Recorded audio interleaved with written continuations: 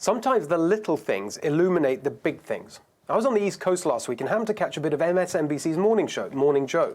It was a great discussion about the American dream as a new citizen, something close to my heart, with David Rubenstein, who's just written a book about it. But at the end, Joe Scarborough took it in a more political and polarizing direction. Trump voters don't, quote, believe in America, he said.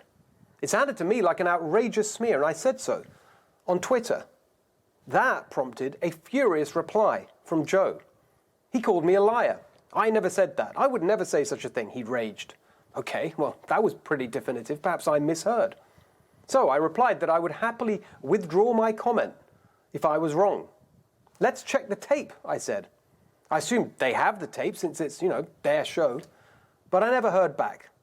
So we checked the tape, and here it is. We've got a lot of work to do to convince people the American dream is still alive. Jim. Well, and also, you see a lot of people who supported certain candidates in 2016 and 2020 not believing in America and even getting to a point where they attacked the People's House, the United States Congress. He absolutely said what I heard. Now, he may have meant to say something else, but he didn't. It came across as a casual smear against millions of fellow Americans. And then he called me a liar for pointing it out. Now, I don't want to make too big a deal of this. Who cares about a little spat between two people on TV? But it illustrates a bigger point, one we should be concerned about. It shows how readily they lie.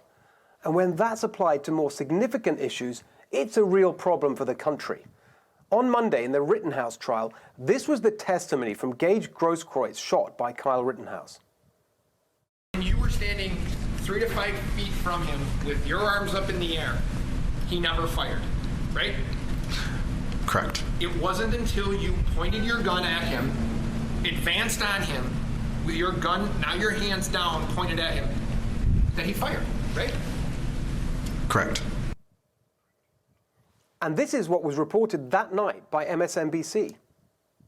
Grosskreutz came across Rittenhouse after he had shot and killed Joseph Rosenbaum and was about to kill Anthony Huber. Grosskreutz acknowledged that he was armed with a pistol, but says his hands were raised when he was shot by Rittenhouse. Except he didn't say that. At the top of their 7 p.m. show that night, MSNBC told its audience the exact opposite of the truth. Let's play it again, back to back.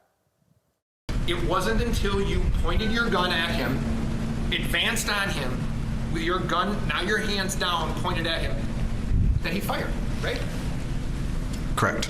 Grosskreutz acknowledged that he was armed with a pistol, but says his hands were raised when he was shot by Rittenhouse.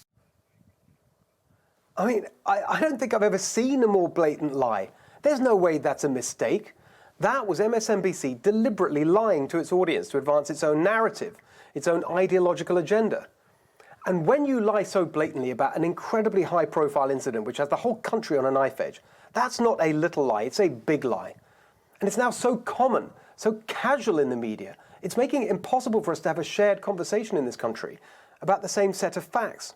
There's the real world, and then there's the fantasy world, the made-up world, the world of lies invented by MSNBC and CNN and all the rest. The world where Russia collusion was something Trump did instead of, as we now know, something the Clinton campaign did. The world where the Covington kid was a racist provocateur rather than a decent young man standing firm against provocation. The world of Russia bounties on American soldiers. The world where lab leak is a conspiracy theory. Where Jussie Smollett was the victim. Where the Atlanta Spa shooting was anti-Asian hate. Where black attacks on Asians are white supremacy. Where Officer Sicknick was killed by a fire extinguisher. Where Hunter Biden's laptop was Russian disinformation. Where the migrant surge is seasonal. Where CRT is not taught in schools. These are all lies. Not mistakes, not misunderstandings, but deliberate falsehoods pushed by the media as propaganda. And when you see the scale of it, the audacity of it, the fact that they never own up to it or apologize for it or correct it, even when the facts prove they're lying, well, perhaps it's not Trump voters, Joe Scarborough, who don't believe in America. I'm Steve Doocy. I'm Brian Kilmeade. And I'm Ainsley Earhart. And click here to subscribe to the Fox News YouTube page to catch our hottest interviews and most compelling analysis.